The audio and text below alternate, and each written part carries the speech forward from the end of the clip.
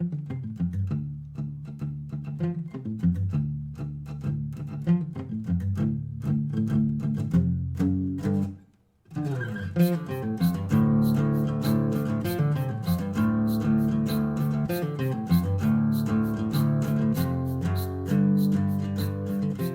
everyone, welcome to JoJo's World. Hello and good morning. Hello and good morning. But not afternoon. Not yet. No. 6 minutes. 6 minutes. 5 minutes. 11:55 a.m. We just watched episodes 5 and 6 of Dandadan, the man who hunts ghosts. The very same. And we are here to talk about those episodes on JoJo's World, our JoJo's Bizarre Adventure recap and discussion podcast, of which I'm Liam S. Smith, one of your co-hosts. And I'm Nick Ballantyne, the other one of the co-hosts, of which this anime has 2 of. That's right.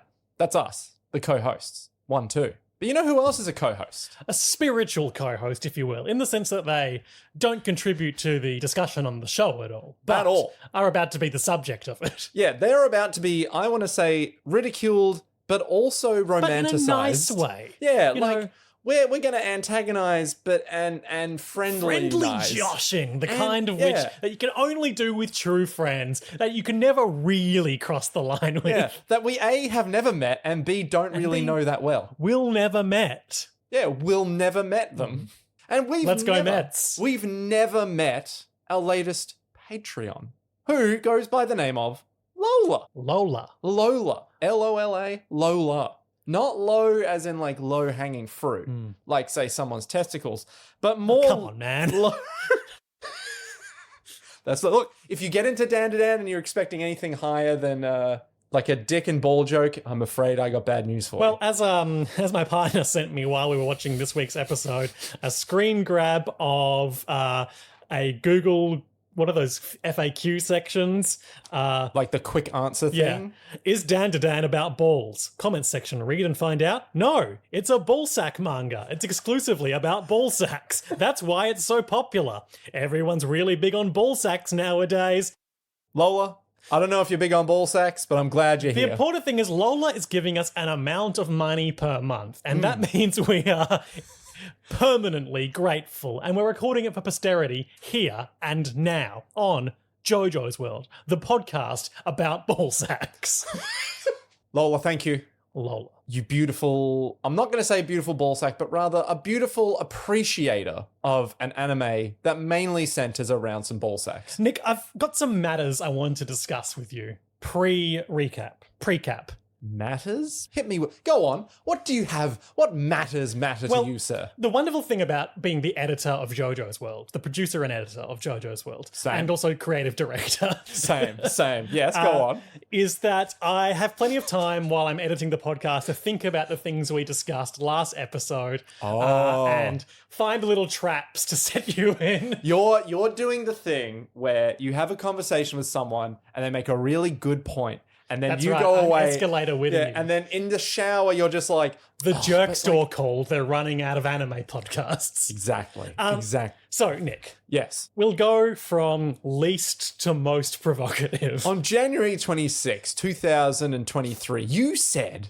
I've been thinking a lot about the William Hell Overture that featured prominently in episode 4 of Dandadan. Oh, the William Bell Overture? William Hell Overture is what the name of the remix is called. Oh, as the we discovered remix one. last episode. Yeah. I'm with you. So you're thinking of William Tell. William Bell is no one. No, I'm thinking of that guy that started Bell Labs, who was also a classical I don't know musician. what this is. Anyway, obviously it sounds great, so it's been playing on my mind a bit since then, and also I and your speakers. put some clips of it into last pod. As one is to do, yep. And I think I was reflecting on the fact that obviously it sounds great and it captures the chaos and dynamism of this show's action scenes really well. But I think there's a real possibility that there's another world where we could have ended up with something like this as our current theme intro? song for the podcast. Yeah. Just because it's obviously got associations with horse racing, the William Tell Overture. Yeah. If you remember back in the early days of our pod, we were using like royalty-free remixes of like period-appropriate music to the JoJo's part we were doing. Yep. Yeah, I remember this. Yeah. And I was wondering why William Tell Overture has that association with horse riding, given, as far as I know, it doesn't really feature prominently in the folk tale of William Tell. But isn't it like just a guy made it and then they used it a bunch in like a heap It's of movies part of like or an something? opera or an operetta or something. Oh, okay. That's how, it's an overture to an operetta or opera. And And the folk tale of William Tell, like, I'm assuming there's more to it, but famously the bit about that is he uses his crossbow to shoot the arrow on his son's head. I don't know what the William Tell folktale is. William Tell, you see it all the time in cartoons where someone has to shoot an arrow that's on someone's head, shoot an apple. Is that William Tell? Yeah. I thought that was Robin Hood. Okay. Okay. So, okay, sure. So I did a bit of cursory Googling, and like the gist of it is like there's some tyrannical land baron or whatever who forces William Tell to shoot the apple on his son's head under the assumption that he could never be so good and he's just going to kill his son. But he does do it. But no, the reason, according to, again, my cursory Googling, of which only lasted probably 7 minutes. Sure.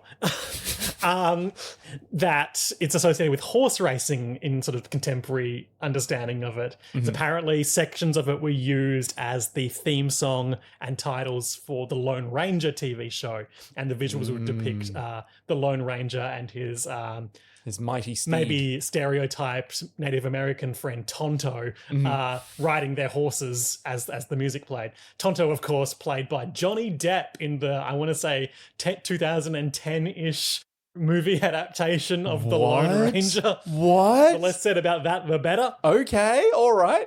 And of course, the other piece used, as we discovered during editing last episode, is a segment from the 1858 operetta Orpheus in the Underworld, the sequence that would later be used at the Moulin Rouge to accompany the Can-Can dance. Wait, the only thing I have in my head right now is the Wallace and Gromit theme. Great, you're on track. And all I have to say about this is, famously in my own life, I choreographed a comedic chase scene to this song for an Alice in Wonderland pantomime I directed. So you took the Orpheus in the Underworld, but you didn't use the Wallace and Gromit theme. That's right, because that's a different thing. Because that's like dun dun dun dun dun dun dun. We're not talking about that. Okay, great. But if we were, then okay. So you had a comedic thing with Orpheus, but not the William Tell overture. That's right. Would you do one with the William Tell overture? I was looking at that as a potential song at the same time. This is just it all through your life. You see the William Tell overture, and you're like, Nick. Yes. Last episode, you made much hay about how you didn't care for your coworker. End of sentence. No. You didn't care for your coworker watching the English dubbed version of Evangelion. Yeah. So and it didn't occur to me at the time. Yeah. But while I was editing, it struck me. You've never watched Evangelion. Yeah, no, of course not. So why do you give a shit what format? I think it's important that you watch it with the subs because that's the original, it came out but not that way. Trigun. No, but Trigun's different. Trigun has the guy who I believe was the Black Power Ranger in it. Johnny Young Bosch. Yes, Johnny Young Bosch. He's the guy who... I just think it's pretty rich of you to be making claims about what the superior way to watch a show is when you haven't seen either version of the show. Why is that rich? I'm a genius. I don't know what you're talking about. No, but Evangelion is so fucked up. And the English dub is probably that really 80s. Not 80s. It wasn't out in the 80s. Really 70s. Yeah, that's right. Yeah. 1968. Contemporary of Astro Boy. Yeah, it's probably super typical of the 90s animes where the voice acting was certainly... It got done. No, it's good. It's good? Yeah, I've seen it. And you can't tell me otherwise because you haven't seen it. I fucking hate this now. Similarly, I checked out, partly for using clips in the podcast, but partly just to see what it was like, clips of the Dandadan dub between episodes. Yes. I think it's good. So I can imagine it being better than I would have thought. I think some of it left me cold. I don't think the script is the problem like you were conjecturing. And I don't think it's the performance either. I think something about the audio mix kind of falls flat for me. The voices seem weirdly compressed low in the mix. So they kind of lack a bit of oomph. No, so this is there's a phenomenon because of the way that this is me ranting about audio mixing. So, you know Tenet, the movie Tenet. I haven't seen it, but okay. Directed, written by Christopher Nolan. And I will just say, I am aware that I have a long history on this podcast of espousing opinions about things I haven't seen. So it is pretty rich of me to come at you with that. So it was on the other foot. So, apparently, when Tenet came out, people quite literally couldn't hear the dialogue. Okay. So it was a real problem because They Teneted Dandadan? pretty much. So apparently the reason for it was Dandadan is because Tenet? Christopher Nolan was like, we're going to mix this for really good cinemas. And so if you don't go to like, I was about to say IKEA. If you don't go If you watch it on a plane, you're not going to hear anything. Yeah. You're if you literally watch it on gonna your hear shit. phone, You're again not going to hear anything. just like Scorsese intended. But if you go to like an IMAX theater, That's right. you might then hear You the watch it at dialogue. the SciTech Planetarium. Oh, yo, if you go there, you're going to get the best experience. Yep. But apparently that like opened up the floodgates to people being like, yeah, I can't hear shit on Netflix. I have to turn on the subs. There's a lot of that. I can't hear anything on any new modern show because the audio mix of the voices apparently is done in a way that is purely designed for like headphones. Yeah. Look, now that you say that, I do remember seeing some posts about that when it was all the hot topic. So I could imagine here when we do it with anime and it goes into English, if in Japan they haven't had that whole thing of like, we're mixing for this, and instead they just do what they've done for however long. Look, it's possible. But here in the West, they'd be like, well, we're adding in the voices, we're going to mix it this way. I don't think the performances were bad. Yeah. I think the script was pretty good. But just something about, as I say, the mix seemed to lack the oomph that we know from the dub. So Doesn't have the same conviction. I also say I didn't see any of the cringe slang you were complaining about last episode, except for specifically lines where it's important that Momo is talking about in youth slang to contrast with Turbo Granny's old-fashioned slang? manner of speech and the fact that she didn't like Momo using young speech. Yeah. Okay. One other thing about the dub of Dandadan from our boy Strike 3. Strike 3. If they can sweeten the deal for the dub, a character in the second season has the lead singer of Dragon Force as a singing voice for the dub. You know Through the Fire and the Flames? I did play Guitar Hero 3 Legends of Rock, yes. So I'm just going to say... Other than that, it doesn't really mean much to me, I'm sorry. I'm just going to say the singer from Dragon Force is in season 2. If you listen to the dub, we are going to listen to that song together. Through the Fire and the Flames? No, the song. Okay, well... We'll get there. We're not going to do season 2 just now anyway, because that'll be around when Steel Ball Run starts. Oh, we'll listen to that song regardless. We'll come back to it. Yeah, we'll come back to it. And lastly, before we get into our Dandadans of the week, I want to hear all about your trip to see Silent Hill 2. Oh, it's not Silent Hill 2. It's Silent Hill Return to Silent Hill. I don't give a shit. Thank you very much. And I need to make that distinction because for the first... maybe third or first half of the film, you sit there going, oh, it's Silent Hill 2. And then it takes a distinct turn. In my restless dreams, I see you watching this movie and having a great time. Oh. So I'm gonna really quickly recap what happens in Silent Hill 2. Then I'm gonna recap what happens in Return to Silent Hill. If you could do this incredibly in quickly, like that would be 5 great. minutes. No, let's say 2.5. Okay, so in I'll say what happens in Silent Hill 2. Okay, sure. A man named James goes to the town of Silent Hill. You think he's going there to meet up with his wife. Turns out he murdered her and or euthanized her, and it's deliberately ambiguous, but he definitely feels a lot of guilt about it. Yes. And the psychosexual mind manipulation of the town sends him through a gauntlet of monsters and beasts, and he encounters other traumatized characters. Because the whole point is that his wife was in hospital... terminally ill, and then he was like, I can't take it anymore, I'm going to kill you. And he was fantasizing about like all the nurses and all the other stuff, and so that's why all of them are like embodiments of his psyche. And all the enemy monsters are like the monstrous feminine. Yes, so like you've got the sexy nurses, you've got the like, what do you call them? They're like people in sheets, but they're covered up and all wet, so they're just choking all the time. Pyramid Head is like the embodiment of rage or something. Masculine rage. It's the embodiment of him murdering his wife. Yeah, so all of that is like, oh, that's a fun little psychological twist on... And now tell me about the movie. All right, so for the first third of the film, it's about the same as Silent Hill 2. Okay. James has driven... We see like him meeting Mary, and then they're like... He's like literally... Now, I get confused. Mary is his real wife. His right? 'Cause real there's wife. Also a character named Maria, Who for is- those who don't know. who is the psychological manifestation of the, oh, but I'm actually super healthy and sexually virile version that James is like, I wish I could just fuck my and wife. sometimes she's the end boss. Yeah, it depends on, yeah. So we see Mary.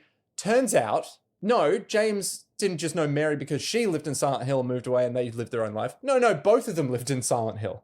James and Mary? James and Mary. Okay. Which makes no fucking sense. Okay. Because now, when James goes to Silent Hill, instead of being all like, what is this place? It's all foggy. He's just like, what is this place? It's all foggy. You're like, you lived here. Oh, would you say he's Silent Hill Homecoming? Yeah, I would actually. So we meet Angela, who's the one who's all like, I'm always on fire. Yeah, she's got Deep trauma. Abused by her dad issues. Yeah, And the town preys on that. Yeah, and completely unwilling to help James because it's like, stay away from me. I'm never letting anyone close to me again. Yeah. Trauma. Yep. We get one scene with Eddie.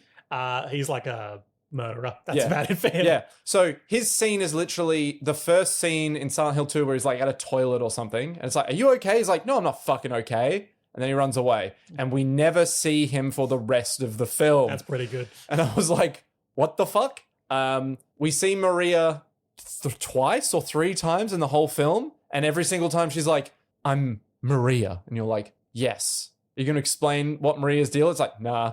Okay. I did see, deep spoilers, I suppose, if that wasn't obvious. And you can tell me if this is correct or not. Okay. I saw a post saying that the film makes the explicit link that all of the other female characters are like psycho manifestations of Mary. Oh, yes. We'll get to that. So what ends up happening is that instead of the town being the town and there's a weird cult and all of that, what's actually happening? The cult doesn't really figure into something. No, but the whole point of this one is Mary has a bunch of friends, and that's not allowed.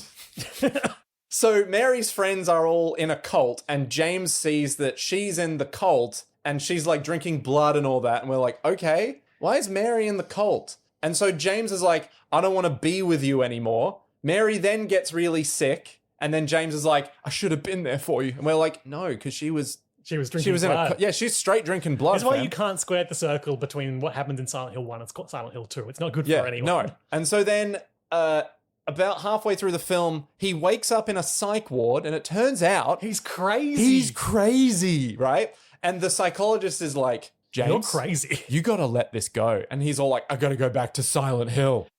And so then he goes back into the dream, and there's like a cool idea of like, you know how it goes all weird and fleshy in the other world or whatever it is. Now that comes from him whenever he's like going crazy. All right, whatever. Yeah. But point being, at some point, Mary dies. James goes to her gravestone, looks at it, and it's got her full name, Mary, Laura, Angela, Eddie. Silent Hill. Pyramid Head. And you're just like, guys. It's got the credits of the game written on it. Yeah, literally when we saw that in the cinema, because when we went and saw it, there was a group of youngins behind us, right? Some, like 20-something-year-old having a good time folk. Not like me, old man, but I want Silent Hill. And they literally were like, it was them and then us, and they were like, do you guys mind if we're a little bit loud? And we were like, it depends how bad the film is. And halfway through, we were straight up just riffing off of them. Oh, that's fun. When that happened on the screen of seeing the gravestone, we all just went, what the fuck? What the fuck, man? Like, what are you doing? It was unbelievable. And then, after that epiphany, James is on top of, like, the hospital in Silent Hill in his dream, and the big moth boss from Silent Hill 1, or whatever it is. I think it's the last boss of Silent Hill 2. Maybe it's Silent Hill 2. The big moth, like, 4 wings, like, evil version of Mary, like, bed on the back kind of thing, emerges, and then he's just like, I guess I needed to help people. And then he just touches her, and then it's like, she disappears. And then the other thing that I've heard is that the rather than living in that ambiguity of was it murder or assisted suicide, the film makes it explicit that she wanted to die, killed. And also there's like a nurse in the corner giving him the thumbs up. Yeah, like straight up, it's like she's desperately like, I'm suffering, just kill me. And then it's like, no, that's not what this is about. That's not what this is about at all. So. But for the first third or first half, it's pretty good. It's like, it's not the best film ever made, but you're like, you know what, this is okay. And then it just very sharply declines into, okay, you really missed the point. What I love, though, is that we looked up an interview with the director, who also directed, I think it was like Brotherhood of the Silent Wolf, or the Brotherhood of the Wolf or something. Yeah. That old French film. I've heard that's good. It's really good. This film, he was like, well, this isn't like an adaptation. This is more like a suggestion. Okay. And I read that and went, buddy, what are you talking about? It's Silent Hill. It's going to be Silent Hill. It's like, oh, yeah. But importantly, James does do the hand over the face drag down thing. So, I don't really remember that. It's like the first thing in the game is like him in a mirror and he drags his hand down his face because he's like, who am I? What am I doing? Okay. Why am I here? I feel really The important bad. thing is he touches his face. He touches his face. So he got that right. Okay. Yeah. Cool. All right, let's get into Dandadan. Please, Lord of God, let's stop talking about episodes 5 and 6 of Dandadan. Quick recap. We meet some people in these apps. So, Momo and Okarun have their first day back at school since everything started happening. They spent a day sort of missing each other and yearning for each other before reconnecting. There's a brief moment where their friends think they have a kiss, and so that causes a lot of embarrassment and anxiety. They just clack teeth, that's all. They reconcile on the walk home, and Okarun realizes that his testicles are missing. A ghost has stolen his testicles. So they go back home, and Granny Psycho reveals that the last remaining shard of Turbo Granny after the events of the previous episode hid herself in Okarun, intending to basically restore her power over time, then get revenge. But they exorcise her and trap her in one of those Japanese lucky money cats. I hope you've Googled this because I definitely forgot to Google it. Okay, great. We'll get into it later. And then in the second episode, they go looking for his stolen testicles. Yep. And they find a popular girl who is delusional. She thinks she's a magical girl. Yeah. She tries to exorcise Momo because she can see her psychic power hands and thinks they're demonic. And then a big yokai reveals itself and they start having a big shonen battle. Turbo Granny takes the first step towards her face turn and uses her... It's just basically being dramatic, but it coincides with allusions to the luck of the Lucky Cat statue and Momo using a lighter to set this yokai on fire from the inside, and we cliffhanger on an impending anime battle. We love to see it. Yeah. Great stuff. So that's what you can look forward to us discussing for the next hour. Stick with us, we beg of you. So, good episodes. Fun. Great apps. Great. Do you think the vibes were good? Yeah, the vibes are all right. Vibes are all right. Yeah, vibes are all right. All what are you talking about? Vibes are all right. Bit of Dandadan. Vibes are all right. These are immaculate vibes. You got the boy. You got Ken Takakura. You got his balls. You got... well, you don't got his balls, ironically. Crucially, we meet the Lucky Cat character. Did not expect it to just be the Turbo Granny. Yep. I wanted it to be a cranky old man. I thought, because when you predicted it's like, what's his name from Cardcaptor Sakura? I didn't say that. You said that. That it was going to be... Anyway, so yeah, no, it's great. It's immaculate vibes. But now we know why in the credits she goes and grabs a hairdryer and blasts her face with hot air because she's used to being Turbo Granny and she likes the feeling of going fast. Feel the need for speed. Yeah. That's it.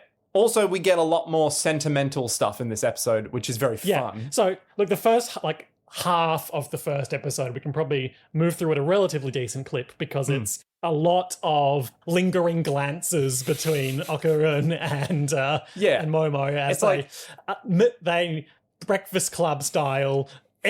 after the end of Breakfast Club style, navigate their return to their social hierarchies after their fantastic experience. Yeah, it's like the first part is just Okarun coming to school and being like, I need to say hello, but I don't say hello to anyone because I have no friends. He's overthinking how to do a morning hello with her, and he's been practicing all night, and she's waiting by the gate for him, and he's like, well, she couldn't be waiting for me, because why would she be waiting for me? She must be waiting for someone else. And while he's saying this in the background, I just like that there's a girl is walking past in the background and goes, hi, dead to camera.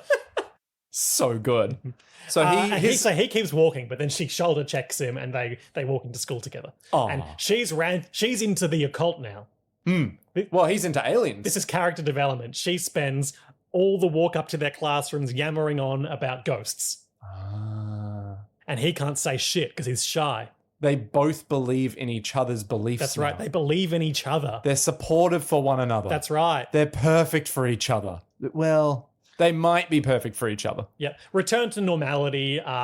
Okarun dawdles in the doorway and gets shoved by a big guy, and then a girl in a desk is like, "You're so annoying." Meanwhile, Momo goes back to her desk with her two friends, lounges, and her two friends are like, "Oh, she's probably still annoyed over her breakup." And then we cut to her internal monologue. She's like, "I want to talk about ghosts with Okarun." And literally, Okarun's like, "I need to talk about UFOs with Momo right now." And so they're literally... other way around. Oh, sorry. Yes, other way around. Yes. So they're both pining for each other. Yeah. Great shot. Great shots of good facial Okarun, expressions. Yeah, Okarun drawing frantically, being all like, "But what about these?" He's drawing the crab. Yep. And she's just like, in true Momo fashion, aggressively like moving back and forward at her desk, like grabbing at full ball and like, "I just want to talk to Okarun." We get a lot of good shots of Momo's two friends in these sequences, like when she's just like head on her chin staring out the window. They've got their makeup mirrors and they're reflecting lights onto her face to see if she reacts. And it's like she's just zoned out, man. She's gone. And I guess we get a real, like, if it wasn't clear already from the first episode, real, like, clear picture of the two different spots in the social hierarchies these two offer. Because even later on, after they have their embarrassing almost kiss, Momo goes back to her desk and, like, all the girls are there, like, giving her support. Yep. There's so many as well. Like, I don't know how popular Momo's meant to be, but, like, there's so many. Yeah. She's got a clique, if nothing else. That's true. That is true. So, yeah, they're pining over each other. We get a good segment where they both try to find each other. Yeah. So it's lunchtime. But they're just passing by each other. Really crowded hallway, and they're both looking for each other with, like, you know, distinctly different postures, easing their way through the crowd, and they both, we get like an aerial shot as they both edge around the same guy on different sides at the same time. Oh, they were so close. And then it's, you know, it's classic rom-com missing each other stuff where one of them's like, "I'll go to the cafe and see if she's there." And it's like, oh, they wouldn't be at the cafe. They'd be at the co-op. Which, of course, I'm sure we all know what that is. Yeah, it's, you know what the co-op is? In a school context? Yeah. It's the co-op store where they like come and it's like a day where they bring in like a cart of food and you're like, oh, I'll have that. Yeah, it seemed to be like a farmer's market basket. Yeah, no, it's that. Our school never had such a thing. We did have that. I mean, not often, but we had it. When you had like, you know how you had the cafeteria? In the gym, of course. You know, we had the cafeteria at the gym. Or should I say the canteen? Canteen, thank you. So we had the canteen in the gym, right? And then sometimes in the fucking other area where the old canteen is, they'd have like a guest I don't remember that thing. at all. Oh, okay. Yeah, so they go to the co-op and the cafeteria. They're not there. Then they go to the cafeteria and the co-op and they're not there. They are both on opposite stone benches on either side of an external hallway. And they're like, oh. And they're both leaning forward and back in sync to, again, miss being able to make eye contact with each other. It's so good. Just talking to themselves like, oh, I guess she really does hate me after all. I wasn't interesting enough on the walk into school, so she's just washed her hands of me. Oh, I guess I could never be with him because, you know... He sucks. He sucks. And then they both get up. They're both looking down at the ground, dejected, feeling like they failed both themselves and the other person. And then they literally walk into each other so hard that they clack teeth. That's right. And literally both of them are like, holy fuck, dude! What the fuck is wrong with you? And it's like, what the fuck's wrong with you? It's like, you smashed into my fucking face. My teeth really hurt now. They then get into a big argument about how they hate each other. Well, because crucially, they were starting to like have a conversation about how they'd both been missing each other. But then Momo's two friends are at the other end of the hallway and like, we just saw you both kiss. And they're like, excuse me, I would never kiss a stupid idiot like this. And then Okarun's like, yeah, and I never kiss a stupid girl like this. And then Momo goes, who the fuck are you calling stupid? This is real high school hours. This is some real shit. This is like, you know, when growing up in high school, you think to yourself, oh, I'm going to have a big dramatic day with big dramatic people. And then you have a normal day. A lot of big feelings today. Yeah. And then you have a normal day when nothing happens. And you're like, that was my one chance. This is like if that happened and everything went wrong. It's so good. So they're like yelling at each other about like, I'm not stupid, you're stupid and worthless. And they split up. I'm leaving. Okarun goes and uses the urinal, realizes he has no testicles, comes back, tries to get Momo's attention for a serious chat, but he's making circles over his waist. And everyone thinks he's asking for a hand job, essentially. And Momo's like, no, I don't want anything to do with you anymore. Go fuck yourself. And he's all like, I guess it was too embarrassing to be my friend, huh? And he's like, I really want to talk with you. And some of the girls are like, wow, that nerd is like so sincere. How touching. There's a couple of the girls like pumping their fists like Arsenio Hall. Yeah, there's two on the end that don't look human that are pumping their fists specifically that we looked at and were like, oh God, that's staunching a grin right there. So once again, after school. Like there's a lot of good comedy bits here, but not really a lot we need to dwell down on in detail. Wait, is this not when oh no, it's next episode when those meatheads. Yeah, that's later. Yeah, okay, all right. We'll get to that. So they're all packing up after school, going to the shoe lockers. Same. And Okarun has an encounter with this pink-haired girl. And as soon as I saw her, I said, they bump into each other, and we get a close-up shot on her. She says, I'm sorry, are you all right? And in immediately real said time. to Nick, oh, she's evil. Literally, the second she spoke, you went, oh, she's fucking evil. And I was like, okay. This was my exact line of thinking. Yeah. Best case scenario is she becomes the romance rival in this rom-com element of the show. Okay, all right. But because of what the other element of the show is, I figured she's probably like an evil sorcerer or something. Oh, you think, okay, I'm just gonna be like, who's the lady from Sailor Moon? Who's like the evil equivalent of Sailor Moon? There isn't that. I thought there was an evil lady in Sailor Moon. You could be thinking of in the season, and I haven't really seen this season, so I might get some details wrong. In the season where her daughter from the future shows up and then gets turned into an evil adult for a while. Maybe, possibly. I could have sworn. No, you know what I'm thinking of? It wasn't Sailor Moon who gets turned evil. It's Sailor Tuxedo Mask. No, it's Sailor. I mean, it is Tuxedo Mask. Sailor. Which one's the green one? Is it Jupiter? Jupiter. I think Sailor Jupiter gets mind controlled and turned evil, but I always really liked Sailor Jupiter. Yeah, she was the best one. She's the best one because she's cool as fuck. Yeah. Not like Sailor Mercury. Sailor Mercury, what a twerp. a bit of a mid. And I was like, she's not cool. Not like Sailor Jupiter. She's rad as hell because I was like 6 or something. But point evil Sailor Jupiter, this is her. I disagree. Fair enough. I've said it before. I'll say it again. Dandadan is a show about the nerdy kid from the early episodes of Sailor Moon fighting ghosts. It's about the evil version, by which I mean the good version of Weevil Underwood, because Weevil is good Weevil. Bizarro Weevil would be good, like unironically good, but he'd be the evil quote-unquote version of Weevil Underwood fighting ghosts. No, I don't think they're the same person. But he wears like the glasses, he's got the same haircut. I mean, not anymore, but you know. Nick, Weevil Underwood is at least a national champion in Duel Monsters. That is true. And he did throw that Exodia cards into the ocean. Yeah. He's the sort of guy that if you were about to have open heart surgery, you would like get rolled into the theater and you'd be like, just a normal day in Yu-Gi-Oh world where I'm having a normal surgery to have open heart surgery. I won my card game so that I could get free surgery. And then you hear, well, if it isn't Mr. Open Heart Surgery. And you go, wait, don't put me under anesthetic. And he's like, listen, how about this? I'll perform the surgery for free if you beat me at Duel Monsters. You have 5 minutes before you lose consciousness. So Weevil Underwood's a heart surgeon in this fiction? Oh, no, he's not, but he's challenging you so that he can do the heart surgery. And of course, by the nature of Yu-Gi-Oh! /Duel Monsters, you'd be all like, of course I'll accept the challenge. And then, wow, I'm getting pretty woozy. It must be that anesthetic. But I've still got 5,000 life points left.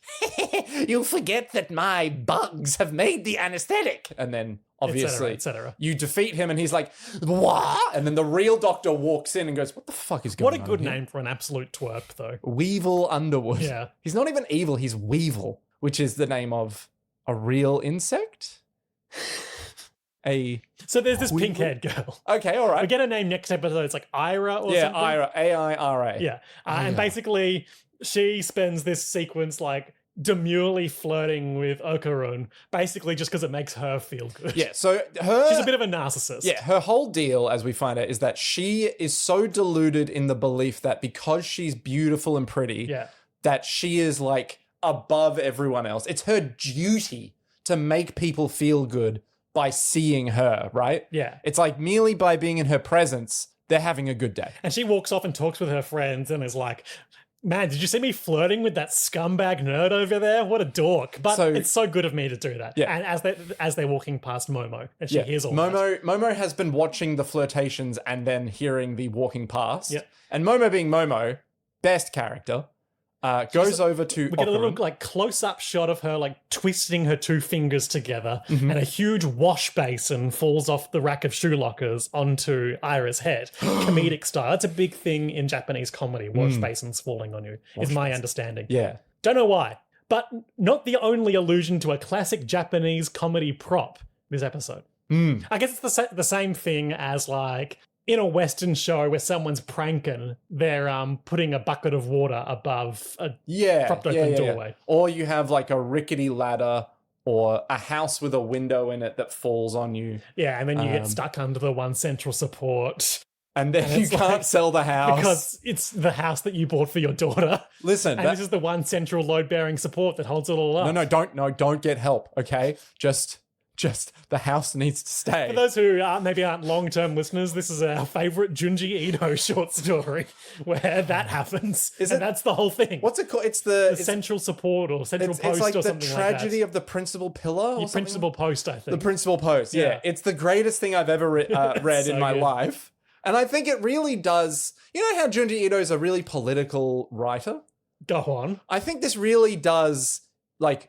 bring into the fore like the ideas of traditionalism mixed with like capitalism and the obsession with like providing but the money. A home for your family. Exactly. And it's like it's so hard to do in this modern age. I'd rather die than let it go to waste. And crucially, it's never explained how he fell under that post that is driven into the ground and attached to the house at the other end. It's so fucking good. It's just like it's only, 4 pages? It's maybe 2 pages long. And it's just, wait, how did you get under that? There's no time. just leave me be. And so we did. Yeah. I don't watch, obviously I don't watch a lot of traditional Japanese comedy, so I don't have a lot of examples of like the usage of the wash basin as speak for yourself. As a slapstick prop. But I do know that in the kind of Mario Kart ripoff Snowboard Kids. Excuse me. Are you calling Snowboard Kids lesser to Mario Kart? I'm sorry. And also Snowboard Kids 2. Yeah, which is so good. The wash basin was a attack item in that. You would use it, and then all 3 other races would have the wash basin loom and then drop over them. I wondered what that was. Okay, great. You never disparage Snowboard Kids ever again on this podcast, young man. Snowboard Kids 2, it's got the devil in it for some reason. Oh, I love that you can unlock everyone in that game. The penguin. Game. The big, the dog. Is it a seal? There's a dog who runs the board shop. Yeah, that's the guy, the dog, yep. There's also, there is the devil, yes, but there was also like, I think I mainly liked it because it had the kid with the spiky hair. Yeah. Which is just me. That's now that you say you do look a lot like the main guy from Snowboard Kids 2. What can I say? He also looks... This is where all of my life has just been about people with spiky hair. Yep. You know... Bash the Stampede, Bash Snowboard Kids 2. Static X, Wayne Static would get his hair and just make it go up. What the fuck are you talking about? Just follow me here. Wayne Static from Static X, the band, yes. Who... Oh no! I was thinking of Static Shock, the Static Shock, one in the long line of electricity-themed DC black superheroes. Static Shock. I got to look this up. I have to. This is for the betterment of the podcast that I now get to use my phone for something. Static Shock, black. Oh yeah. Oh my god, Nick. No, that's nothing like what it... No, see, he has like the... Yeah, okay, I don't care what his hair looks like. That's what I thought you were referencing. No, not referencing that. I'm talking about Wayne Static from Static X. We all know about Wayne Static. I'm not indulging you in this. Anyway, everyone that has pointy hair, I clearly am like, that's me. Yeah. I'm in. That's it. Dragon Ball Z. Name 3 Dragon Ball Z characters. Goku. Vegeta. Wait, with long hair or just characters in general? Characters. Oh, Piccolo. Well done. You passed my test. I'm allowed to continue anime podcasting. That's right. Yeah, I'm trying And to then crater. in the aftermath of the The wash basin. she runs on over to Okarun and grabs his arm and is like, "Hey, cutie, let's go home. Always so good to see you." Ha ha ha ha. Only scum wouldn't appreciate you Yeah. looking directly at Ira. However, as we learn next episode, More on Ira next episode in a few moments. something's to come. Something wicked this way come. They walk home and they reconcile and they talk about how, they're teens with big feelings and they just got flustered with all of her friends thinking they kiss. So dramatic. And they work it out. But then Okarun reminds her that he has something serious to talk about. Great dynamic shot of him like moving either side of her shoulders and the camera swivels either so side. But then we hard cut to her laughing hysterically on her living room floor as he explains to Granny Psycho that his testicles have been stolen by a ghost. Yeah, so she's straight up unable to stop Through laughing. the whole scene, she's just laughing louder and louder, rolling on the floor. She's doing the Homer Simpson, kicking her legs and spinning around. So Granny Seiko is like, okay, so let me get this right. You wouldn't let me see your dick, and now you're missing your balls. So How did you not notice this? I've got a little bit of off-the-cuff research, and it's hard for me to research this show in advance because obviously I haven't watched it in advance. Also because typically if you look up missing testicles, you're going to get very different results. Or you're just getting Dandadan results, which is the problem I'm having with looking up a lot of things for this show. Yeah. So, as far as I can tell, there's a few things being conflated here. I could be mistaken. There could be something more obvious, but this is what I've got. So, as the show will exposit, in Japanese mythology, culture, etc., the male testicles or female testicles are We're inclusive here. Yeah. the testicles, the human testicles. We believe in trans rights all the way. are considered like Holy? there's well, as the show puts it, that Like filled with there's a holes? wellspring of life energy in them. I I couldn't see. find any secondary sources on that, but I'm Yeah, willing yeah. to accept that's a general. Some kind of spiritual vibe to And it. they call them in Japanese, the euphemism is kintama or golden balls. Yeah. Is that where the name Gintama That's comes right. from? The name of the show, Gintama, is deliberately a play on that Right. Huh. because it's about the main character, Sakata Gintoki. Okay. And let me just check something quickly. Okay. All right. We're talking quieter now. Sorry, We're getting intimate. Let's because we're talk. talking about an intimate body part. Listen, guys. That's right. And the literal translation of the phrase Gintama with a G Yeah. is silver soul. So it's like Golden Ball, Silver Soul. That's the a little comedy. bit, yeah. Okay. All right. Anyway, What's Gintama about? it's so not worth getting into. It's like the Edo period, which is like, it's the equivalent of when like Samurai Champloo happened in the Edo period, and Japan was closed off to foreigners. Yep. But except for the Dutch. Oh no, the Dutch was still not allowed in the Edo period. Anyway, yeah. But aliens invade and take over and bring like the equivalent of 20th century culture and technology to Edo Japan. Oh. And I'm assuming this parallels real history, but basically the main character was part of like a failed revolutionary group against them. Right. And now he's just lost all motivation and runs a like odd jobs business and gets into shenanigans. But tertiary characters are is a group of Japanese police, the Shinsengumi, who were real historical characters, and they are the real historical people represented in this as like, exaggerated caricatures. Yeah. And they're apparently often also depicted in other media. For instance, one of the Yakuza old-timey spin-offs has the same characters played by the cast of Yakuza characters. The one that's like Kiryu is actually in, ye old Japan. Yeah. And you do the same shit, but it's just So in old these Japan. characters have basically become archetypes that you would see in a lot of different depictions. Yeah. Like, I guess an equivalent could be like Blackbeard or something. Yeah, You're gonna see yeah. a lot of different Blackbeards in a lot of different shows. Yeah, it's sort of like there's the archetype that you're used to. This Gintama just plays off So of the that. cops are the only ones who are allowed to have real swords. So he's got his trademark wooden sword that he uses. Right, I see. Is Gintama Firefly, but like the Japanese equivalent in No, that it's a not, failed it's not revolution. in space. Yeah. But I mean, like, it's a failed revolutionary who gets into shenanigans, doing odd jobs. I think the jobs are a lot more lower stakes than you'd expect. It's not smuggle cargo illegally so much as get my cat out of a tree. Yeah. Yeah, okay, all right, never mind.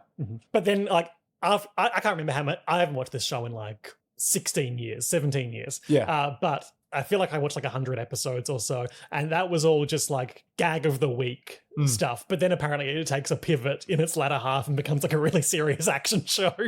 Okay, But I don't know anything about that. But is it still comedic? Probably. Yeah. Anyway, so there's that. There's that for testicles. Yep. There's that for testicles, Listen, ladies and there's gentlemen. that for testicles. Guys, get yourselves checked out. There is a myth I found of in a quick Wikipedia search of Sazai Oni, or shellfish ogre. Shellfish ogre. Creatures from Japanese mythology resembling large mollusks. They are a type of obake that forms when turban snails reach 30 years of age. Right. Obake is a class of yokai, apparently. That means a thing that changes. Huh. But in this story, the story of the Sazai Oni, Obake. Yeah. is that a group of pirates who rescued a drowning woman from the sea took her back to her ship.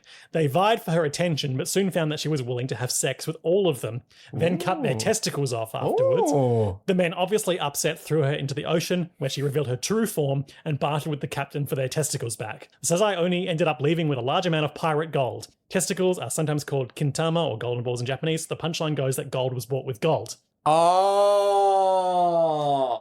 And the other thing Right. that it reminds me of that could be, again, unless there's something more literal being referenced here, that could be conflated is that, you know, the kappa? Yeah, Like Japanese the little turtle frog guy.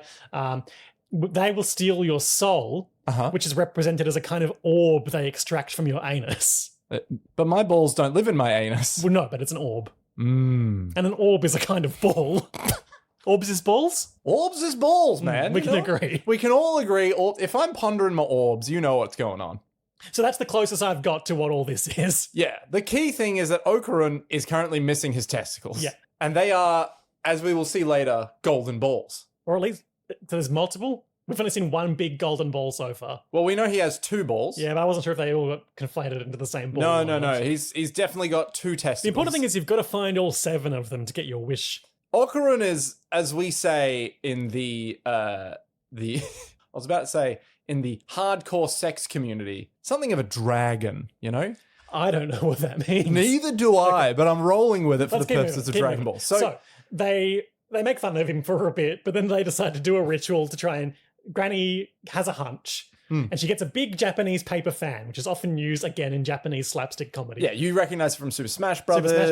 Legend those of Batsu games where Japanese Batsu games. comedians get stuck in a gymnasium for 24 hours and get tortured. That game with the guy with the tall blue spiky hair that's like the Legend of Gomon. He has a fan. Mystical Ninja Again, Goemon. He has long spiky hair. Pipe. One of his friends has a fan, I think, potentially. I apologize. The big blue guy? Someone? In Japanese.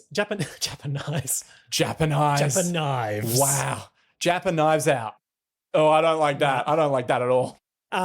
In Japanese manzai double act comedy, Okay. the straight man, the tsukomi, will often is this- smack the funny man, the bokeh, with the fan as a expression of frustration with their idiocy. This is going to be an incredible reduction. Are you talking about the double act where it's like they both have painted faces? No.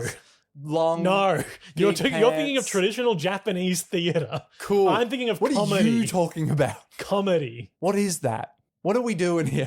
Is it just like literally? Shinya Arano, host of Game Center CX, Tell me more. was, for example, part of a Japanese manzai double act with a guy whose name I don't know. And Mr. Arano was often the idiot in archetype in that act. I think. In our double act, So think of Lano and Woodley. yeah, You've got Colin Lane who's the straight man? and Frank Woodley. Who's the idiot? Idiot. And Colin Lane would get frustrated with Yeah. Frank Woodley in a fashion that was itself amusing. So I'm Colin. Okay. I'm Bold claim. I'm the straight man. And I'm the idiot. Okay, I'm glad you admitted it. So we're in the same category. That's Wait, are right. we both Colin? And I'm hitting you with a big fan. Gotcha. Wait, but the thing is, that doesn't work in Australia because we have ceiling fans. Oh my god, are you hitting me with a ceiling fan? I'm hanging you from a ceiling fan. The joke is always, I'm going to hang you from the ceiling fan. It's like the Joker and Harley Quinn.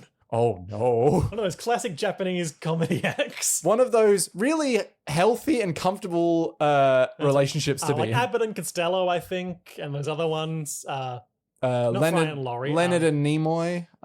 Same person. What about? You know what I mean. I do know what you mean now. Yeah, you're not talking about old So traditional she comedy. gets one of those big fans. Big fans. And she hits him really hard in the back of her head with it while Momo's doing her psychic sight thing. Yeah, And she sees aura a detection. glimmer of ghost energy when the fan hits. And So- Seiko's like, grab that, yoink it out. and they chuck it into the body of one of those lucky money cats that they've attached a talisman to. And like in the previous episode when Turbo Granny manifested in the house, the talisman goes burnt black. Now, what is this lucky money cat? Okay, you've probably seen one of these if you've ever been outside. Nope. You know I don't go outside. Maneki Neko, the Japanese beckoning cat, translated as beckoning cat, but also known as a lucky cat or welcome cat, is recognizable. This is from theconversation.com by Tetsu Kimura from Flinders University. The conversation. Yep. Often found behind cash registers of restaurants and retail outlets, and also in your phone. I don't know what that means. What? Hey, I'm feeling really lucky today. How lucky? Well, I've got this cat on my phone. What a weird... Okay. So brief history from this article is that, obviously in Japan, as in the rest of the world, got a positive association of cats because they were useful for catching rats and mice. Yep. Very few cats domesticated in Japan. That's During the Edo period, paintings of cats were sold to silkworm farmers because they were believed to be powerful enough to scare off the rats and mice who would predate on the silkworms. Oh, okay. Interesting. Because that was high money. High money. Yeah. No, that was high money. Like, legit, if you lost your silkworms, you're like, that's it. We don't feed family. They were speculated, the statues were speculated to first appear in Buddhist temples in Edo, today's Tokyo, and blah, blah, blah. Because they have roots in the Tokyo area, we know that it's relatively new to Japanese history as opposed to like something coming from Kyoto, which has... Yeah, Yeah. old. So old that when you go there and you see statues of the people, you go, wow, they are weirdly short. So this article says that there's a lot of different legends about how they came to be, but it's got one, for example, that I'll share. Okay. So different temples have different legends. At the Gotokuji temple, the legend says that the Lord Samurai of the Hikono domain, I'm going to mispronounce this, I'm sure, Ie Naotaka, was passing through the temple and was beckoned by a cat at the temple gate. So he went into the temple following the cat and was saved from an unexpected heavy thunderstorm. Out of gratitude, the samurai provided continuous donations to the temple that had been struggling financially, and the cat became the temple's symbol and brought them continuous good fortune. Oh. By continually being all like, come on in, and then creating a thunderstorm. That's right. And then, from that, I'm sure various other legends, they became associated with prosperity. You often see them rather than with a bell around their neck. Notably, the one in this show has a bell, but often you'll have a coin around their neck instead. Yeah, like one of those old, like a yen coin with a hole in the middle. Yeah. Interesting. So it's not even like an ancient Japan kind of custom. It's just... I mean, it's relatively recent. I mean, to be fair, Edo period. Yeah, it's 1600s. Yeah, so like not super ancient, but ancient enough that you're like, well, it's it's part of the vibe now. Wonder why it took off though. At the Hikone Castle, you can meet Hikonyan, a mascot created by the local government in 2007 to celebrate the castle's 400th anniversary. Oh God! It's a model of the Gotokuji cat that welcomed Lord Naotaka. Huh. The Japanese equivalent of the phrase "cast pearls before swine" is "cast coins before cats." Okay. All right. And of course, famously, the Pokemon Meowth is one of these things too. Yes, correct. Meowth is very much this cat. Yeah.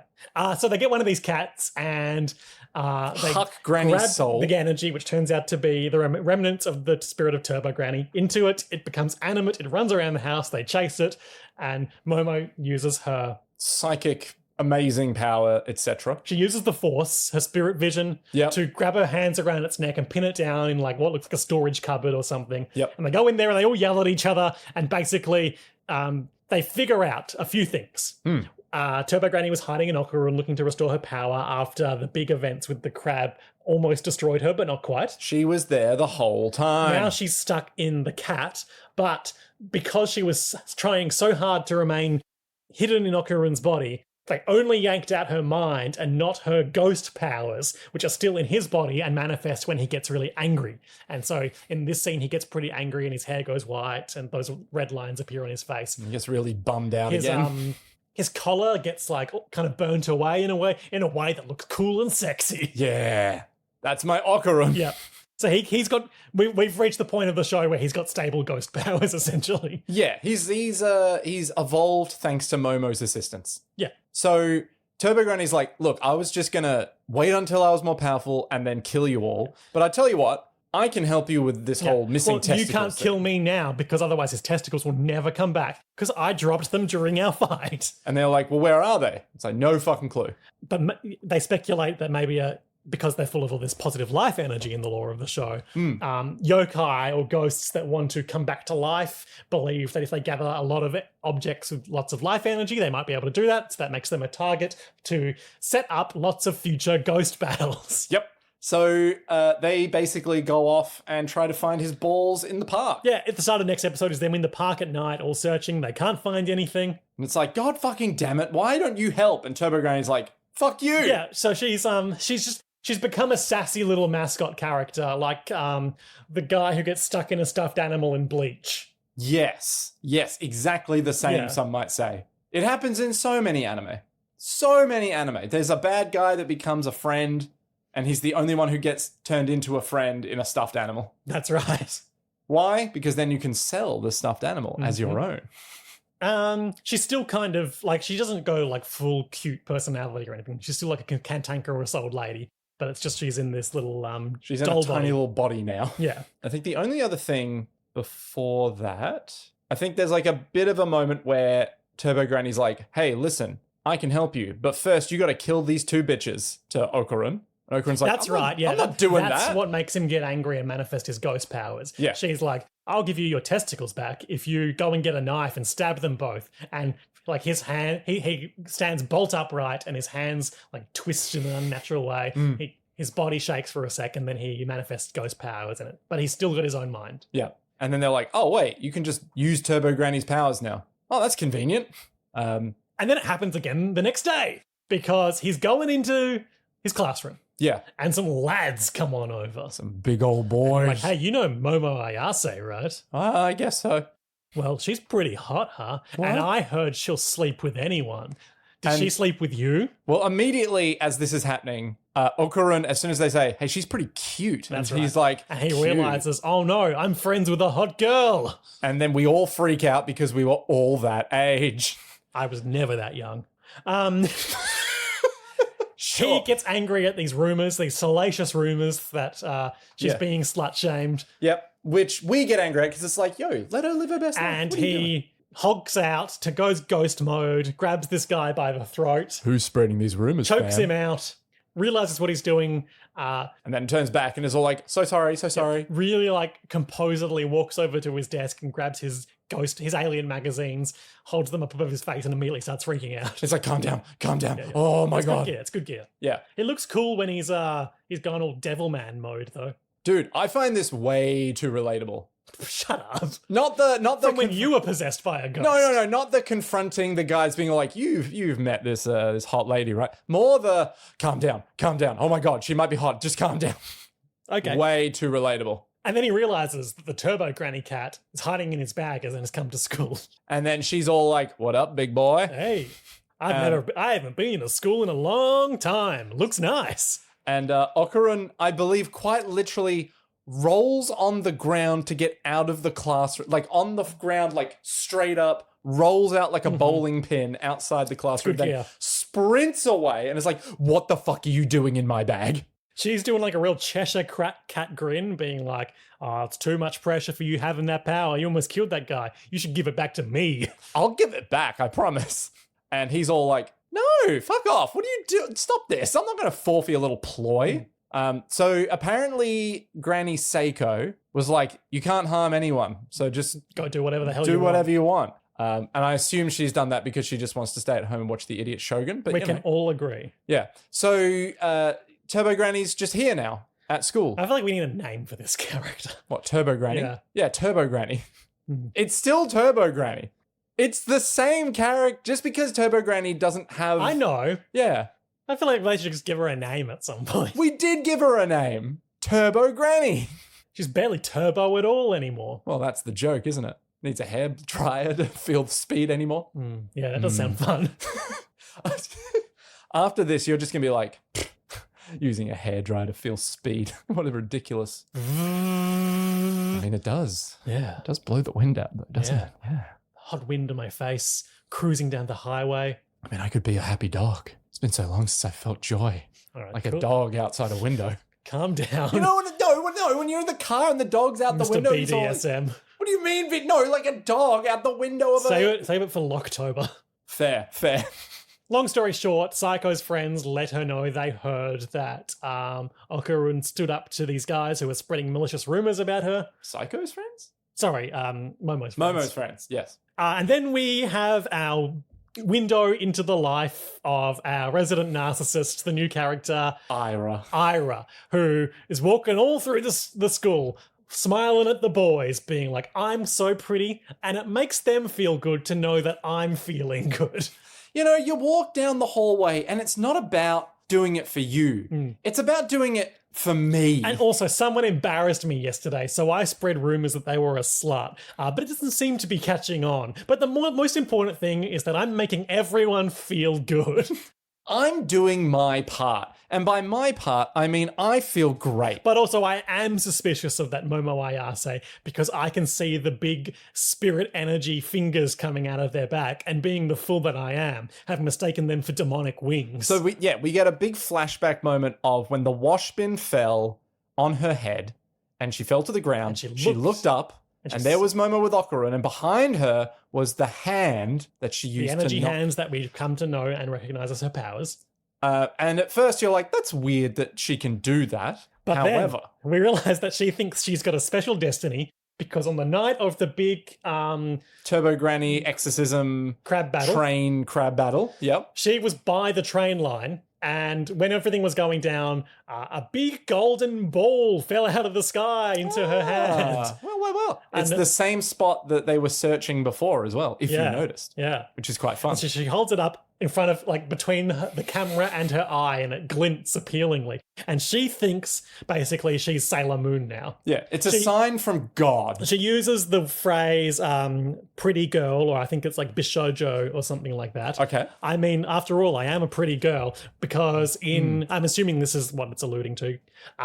Their full name of Sailor Moon is Pretty Soldier or Pretty Guardian Sailor Moon, Bishojo Something. Sensei, something like that. Yeah. Sailor Moon. So she's deliberately making that conflation. Right. She thinks she's at the start of her magical girl journey, but actually, she's an idiot. No, she's straight up, this is the fundamental attribution error. It's like, this is it.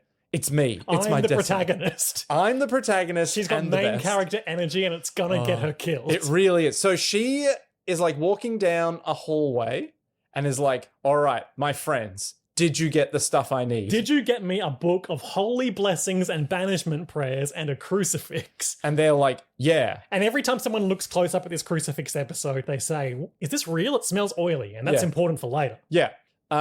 So she's looking at And this I thought stuff. it was going to turn out it was soap or something, but we'll get to what it is at the end of the episode. So she's like, at last, I can defeat that Momo Ayase. She has a demon in her. And she's like, look at that big red woman out the window. Is that her familiar? And I thought she was just doing a bit here. I thought she was trying to be special to impress her friends. But...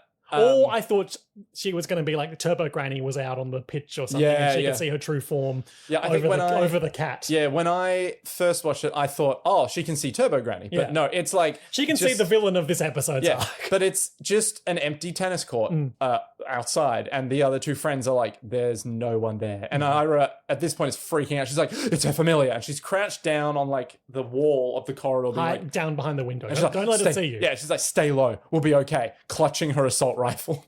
And then some boys come over and she acts natural, throws her crucifix back to one of her friends like, oh, You guys. Oh, you men. I was just on the wall because it was really hot, She's so I was doing checking the temperature. Cute little, like, moving her forearms only punchies at them. Yeah, just being like, oh, stop it. And then she looks at her friends and does like elaborate sign language that the kanji on the side of the screen spells out. We're going to do it after school. You can't tell anybody. And then with like deadpan eyes, both friends just give her a strong thumbs up. The friends aren't really that important, but basically, They're willing to die for her. she's the popular girl. They're her minions, but they think she's acting pretty weird, and they're kind of unnerved by it. Yeah, but not unnerved enough to ask questions. She's giving real Cheryl Blossom from Riverdale energy. She's the queen bee of the school. She's really got tickets on herself, and she maybe develops some psychic powers. Huh. What the fuck is Riverdale? You gotta watch Riverdale. Every time I hear about it, there's a new, completely different power system. In the second last season, they get superpowers. It's not a good moment, but... Right, okay, sure. Is this the same season with the serial killer gene? No. Okay. That's much more normal. Okay, great. Are there still murders in the second last There's season? always murders. Understood. And it's all insane. It's Riverdale. And they're all like... Forget it, Jake. It's Riverdale. And they're all mid-30s high schoolers. No, they've graduated now. Now they're teaching at the high school. Why are they all teaching at the high To school? save the town, Nick. Hiram Lodge had it deregistered as a town. What do you so mean? that he could dig for palladium. Okay, I gotta watch Riverdale at some point. What the fuck?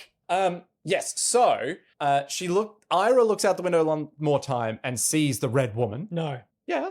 One more time. There's a flash We of her. don't see the red woman. No, we do, but it's like a flash. No, we don't. Yeah, we do. No. Second time. We cut to Turbo Granny Cat Doll watching from the shadows. Yeah. But then later, Ira looks out the window. I swear we don't, because I had never seen that entity before prior to its appearance. Okay, all right. I'm going to find that bit, and you can be like... JoJo's World listeners, write in and tell us who you think was right. It's pretty easy to check in the episode. That's right. Yeah. They're on the roof of the school. It's Momo and Ken Takakura. In the prior episode with Psycho, she calls him... what did she call him? She called him like Kin Takakura or something like that as a clever play on words. Yeah. We also forgot when they're looking for each other, when Momo and Okarun are looking for each other, when Okarun is looking for Momo in the classroom. It's like, hey. Oh, and no one's acknowledging him. No one's because he's too quiet and awkward. And she's in the other room being like, hey, where's that fucking guy? Which guy? You know, the guy who likes the occult. What's his name? Okarun. No. She goes, I wouldn't. And it's like, what's his real name? She's calling him Okarun. Yeah, and it's like, what's his real name? It's like, I will never speak his real name. They're on the roof, they're having juice boxes, and Turbo Granny is having a yakisoba pan. Classic high school. Hanging out. How the cat doll can eat, but let's not think too hard about it. It's some spiritual bullshit. It's ghosts. Ghosts can eat. Listen, everyone. If you see a ghost eating, you smack it out of their hands. That's right. It's not allowed. Food is for the living. Food is for the people going through hard times. And that's you, a human being who's dying every day. But you know what else you're doing? Listen to JoJo's World, baby. That's promo. That's sales. That's marketing. Turbo Granny tells them, she found this weird girl who, found this golden ball. Yep. Probably what they're looking for. And also was talking about seeing a strange woman. And that's a bit of a red flag. Yeah. Then they all just bicker for a while. They're just sort of like, there's a lot of sentimental moments in these two episodes. But crucially, the setup is that, yes, a human has potentially found the golden ball, which would be worse than a yokai even. Because the human then has possession of that positive spirituality, and an aggressive yokai might target them to get it, and we don't want that. Which wouldn't happen in this episode. That's right. So they're basically like, okay, we got to find those balls. Oh, here's the scene you were talking about, Nick. After the next class, when Ira has been thinking about, am I powerful enough to defeat Momo? Then she's walking through the hallway and... looks out to the tennis court. Right, I see. I rescind all of my opposition from earlier. I was wrong. They're at the shoe lockers and Ira challenges Momo to a duel. Shadow game, duel monsters at dawn. To be fair, not quite a duel so much as a, hey, I need to talk to you. Can you come meet me in the abandoned warehouse that's nearby for some reason? And Momo's like, this is just going to be annoying if I What is this building they're in? They're just a huge rusty, Yeah, it's just an abandoned building. This is like a fucking, abandoned sports shed. Is it part of the school? I'm looking at this Probably shoot not. coming out of it here. Is that like a wheat shoot Yeah, or probably something? just some abandoned factory, you know? Because it's like a semi-rural town. Yeah, it's just somewhere there used to be corn. There's a huge rusted hole in the wall. That's just what rusted buildings Somewhere have. there used to be corn. Yeah, with grain and shit. And then all the corn go up the belt, and then all the belt transported into bag, and then the bag go on the truck, and the truck go boom. Momo walks into the building, Okay. and from behind, Cheryl Blossom's two minions tackle her and put zip ties around her wrists, and it's really like Fucked in up. a mundane sense escalated quickly. Ira jumps onto her back with the book and the crucifix, and she's also wearing a big white scarf. Well, no, she's wearing a cape. It's like a scarf cape, Yeah, it's like a scarf a cape. mantle. A mantle. We can all agree it's a mantle. It's very holier than thou. Momo uses her psychic hands to grab the other two girls and huck them into a huge pile of steel girders, and I assume they're never seen again. They are unharmed in the sense that they're dead. Do these characters However, ever show up again, Nick? I want to say they do. Okay. I think It there's. would be great if they don't. I genuinely think there's quite a few characters that will show up later that we've seen. Similar to like if you take like The Simpsons as an example, there's characters that you see as like background characters that later you're like, oh, that's Carl. Or, oh, that's like comic book guy. But they're just around in the background that they just made into actual human beings. Like Professor Frink, for example, was just a one-off. And then they were like, we're bringing him back and giving him a backstory. And you're like, great. It's like that, except that because it's a manga, he's designed the people and it's like, I don't want to design another person. Oh, I got a great idea. All right, well, I look forward to the 3-episode arc about friend B with the dark hair. Yeah, I'm sure it'll come up later. I'm almost certain it will show up at some But for point. some reason, she can't just huck Ira into the steel. Well, no, girders because as her hands are zip tied, so she can't control the hand like she wants An to. energy hand. Yeah. Which, sure. And it's quite stylish. Ira spends quite some time pressing this cross into Momo's cheek to no effect, reading from her banishment book. And she's like, I'm going to use the power of my golden ball too. And she holds it in front of her eye again, and the light gleams in that same way. And Momo immediately is like, wait, golden ball? You've got friggin' Okarun's testicle. And then I believe Ira's response is, how dare you, what is it? Speak about the sacred jewel like that. Yeah.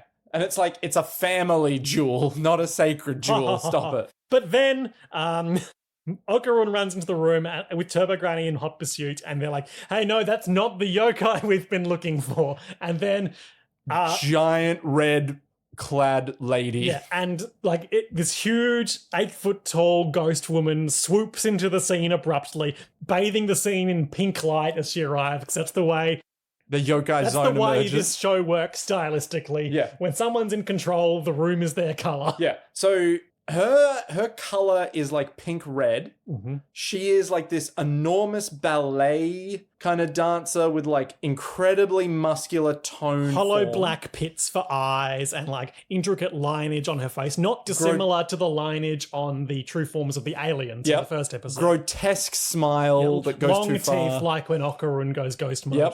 Yep. She has extremely long fingers and arms. She's very elegant in the way that she's like, oh, it's like a ballet dancer, kind of long limbs. And this is you're telling me this is a giant woman who'll put you in her mouth.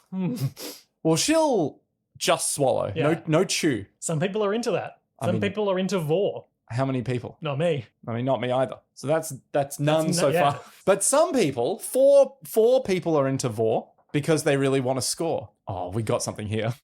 The big woman Yeah. with her big Carmen Sandiego hat. Does not step on anyone. She's fixated on Ira because she remembers a period in the past where Ira was like tugging at her dress and calling her mummy. Yeah.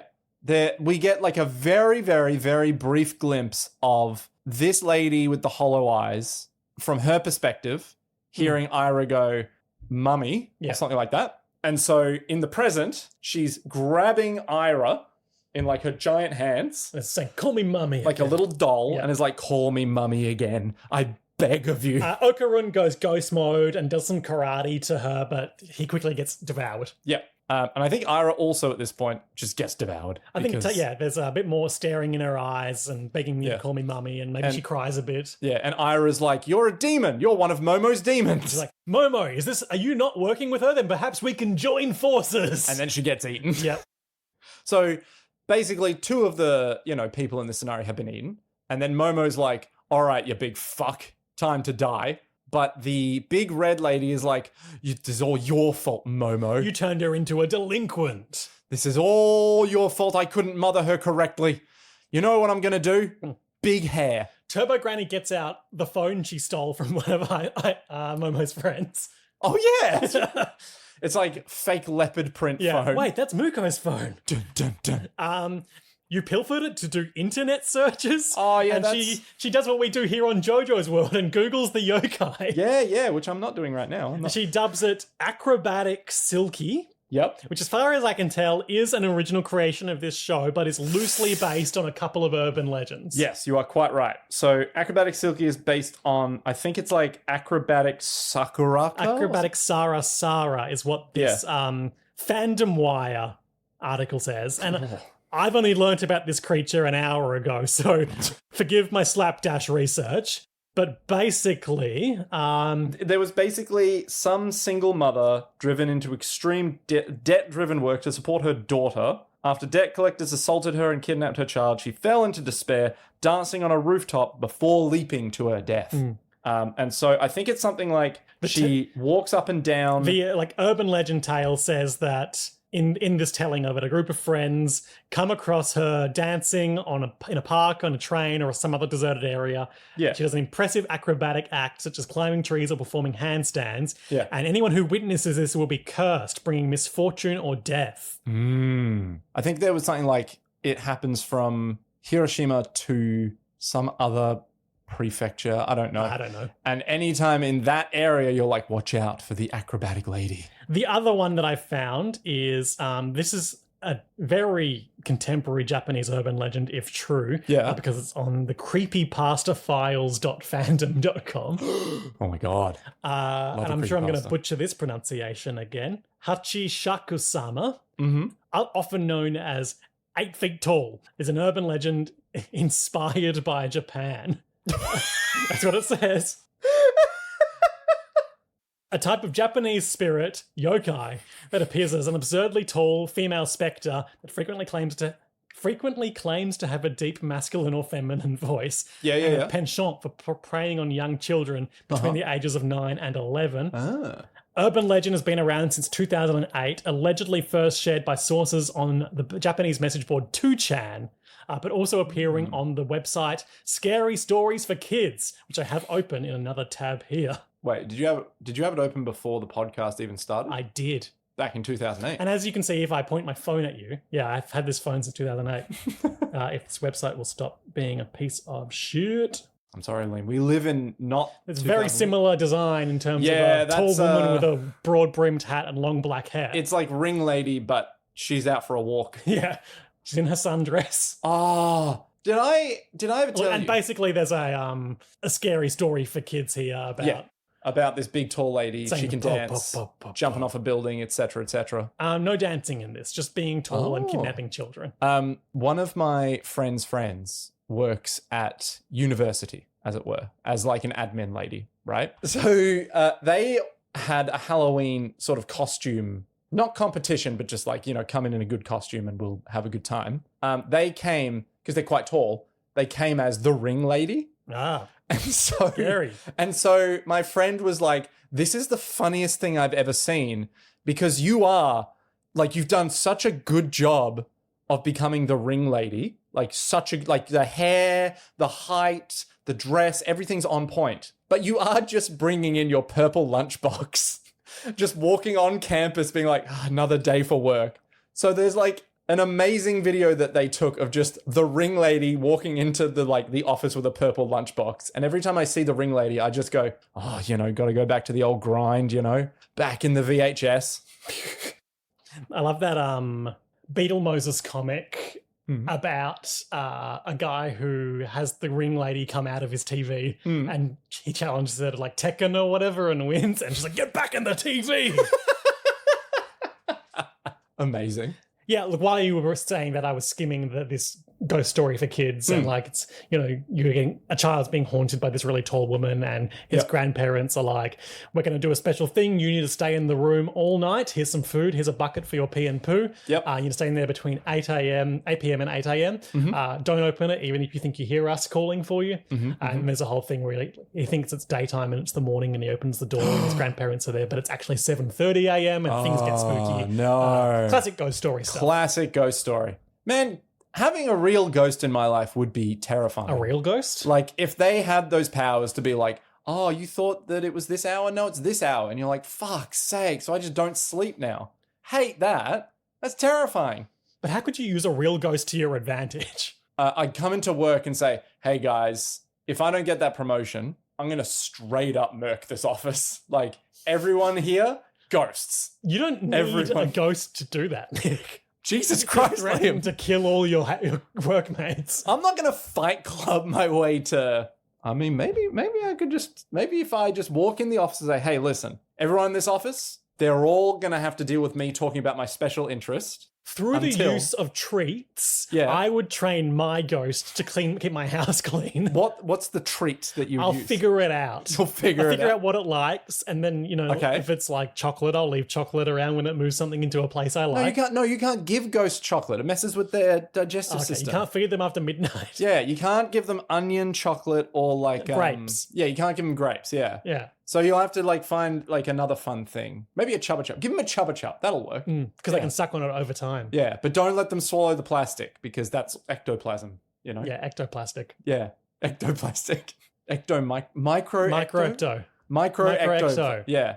We hate micro ecto. It gets everywhere. On the blockchain. On the Blocktagon. Entering the Blocktagon. On the left side, we have the Ring Lady. On the right side, we have the Grudge Lady. They're fighting again. They just keep fighting. Look, like the Grudge Lady, I think does this. The big woman restrains Momo with her hair.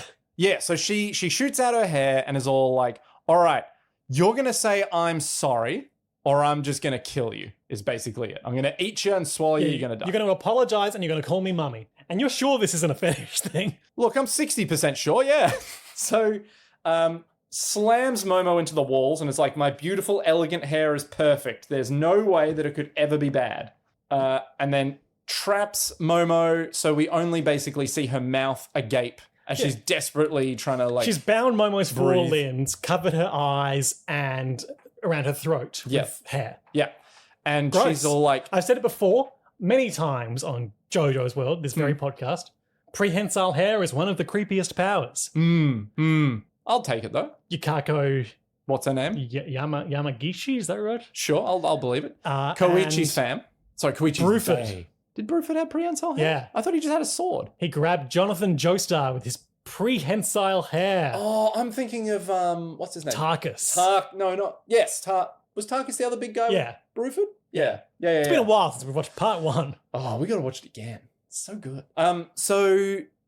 She's basically like being choked, blinded, and thrown around. But Momo's response every time is just, suck it, old lady. Yeah, you bitch. Go to hell.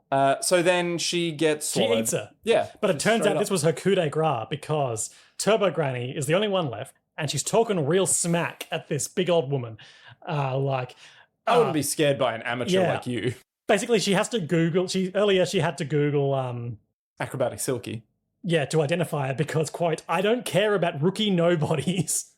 So she basically... Turbo Granny's a big deal, as we know. Yeah, she basically goes, all right, listen, I get it. You think you're hot shit.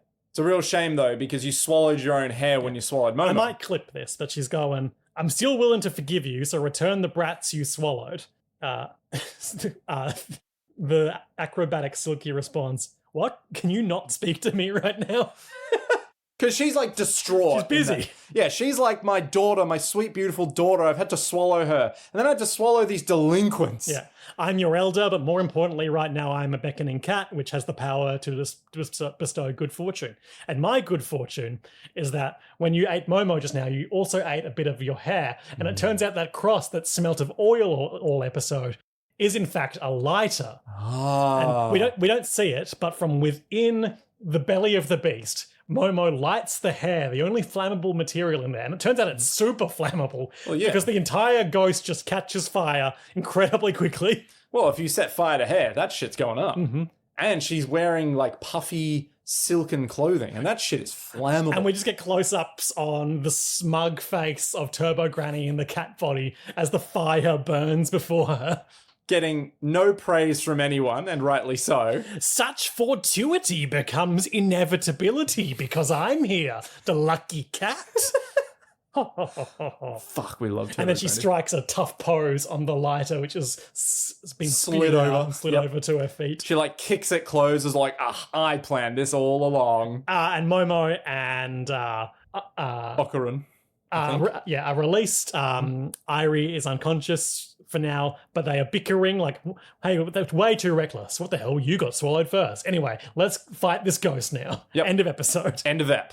Good ep. Good stuff. Now, Liam, Nick. 2 important questions for you. Yes. Highlights and lowlights.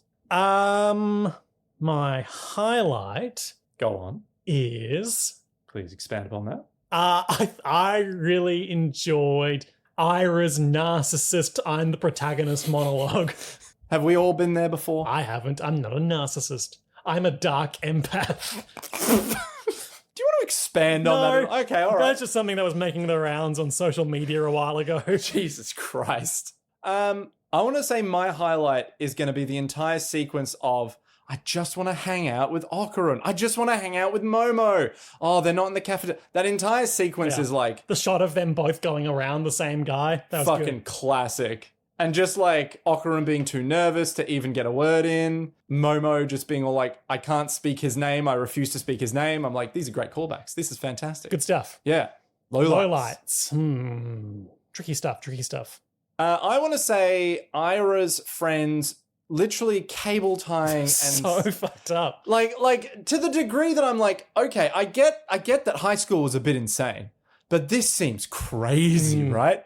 Like surely their friends would be like, I don't know how I feel about this, but also I'm not in high school as like a Japanese girl in maybe like a rural small town who just wants approval from the narcissist, cool, attractive lady that's like, hey, I'm gonna kill the demon. I'd be like, I also want to kill the demon for you, you know? Yeah. But like at the same time, I'm Sure. like, this is so unbelievably cooked. What the fuck? My low light, because I'm worried it's leading us down a very Dark. cliched path, Oh yeah. is the Ira flirting with Okarun for her own self-gratification. Why and is then, it and then cliche? Momo seeing it. Yeah. Because I'll get in, this will dovetail with my predictions. Okay. But I worry what we're going to end up with is after all this rigmarole's gone down and they've defeated this ghost, Yeah. Ira's going to be all like, oh, he saved me. And now she's got a crush on him and they're doing a love rivals thing. Right. I see. So predictions. That So you reckon it's going to be Ira? they're going to fight this ghost. They're going to fight this ghost. And they're going to win. Are you sure? Yeah. Okay.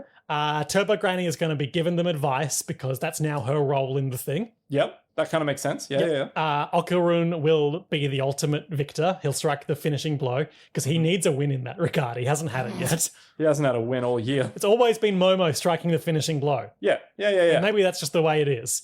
But Okarun will win. Okay. And as he does that, Irie will come too. Ira. Yep. Irie man. And she'll be like, wow, he's so cool when he's in his ghost form. So attractive. And now she's going to be into him and they're going to do a love rivals thing. And I'm really going to roll my eyes at it. Right. Okay. But do you want the names of the episodes? Yes. So, episode 7, To a Kinder World.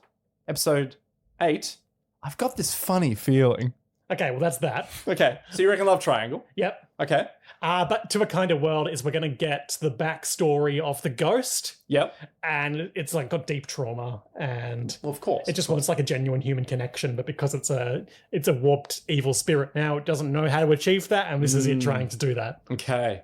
What do you think? So what do you think is going to happen to Ira in terms of like? Because obviously we've got Momo and we've got She's actually like, it's not going to happen during this, maybe in the aftermath. Somehow she's actually going to get like some exorcist powers or something. what the exorcist power is going to be. Yeah, I don't know. Okay. I'm how does thinking of like, in Bleach, there's the guy with the energy bow.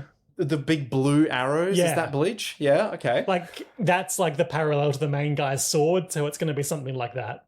Main guy's swords. The main guy's sword. In Bleach? Yeah, the main guy's a sword in Yeah, Bleach. yeah. Okay, I think I'm with you. Yeah. So she's going to have like the rival type power to Momo's spirit hands. Yeah, she's going to spirit feet. That's right, yeah.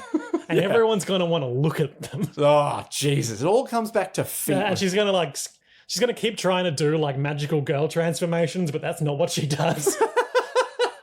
She just keeps being a narcissist? Yeah. Yeah. Okay, I can see that. Yeah.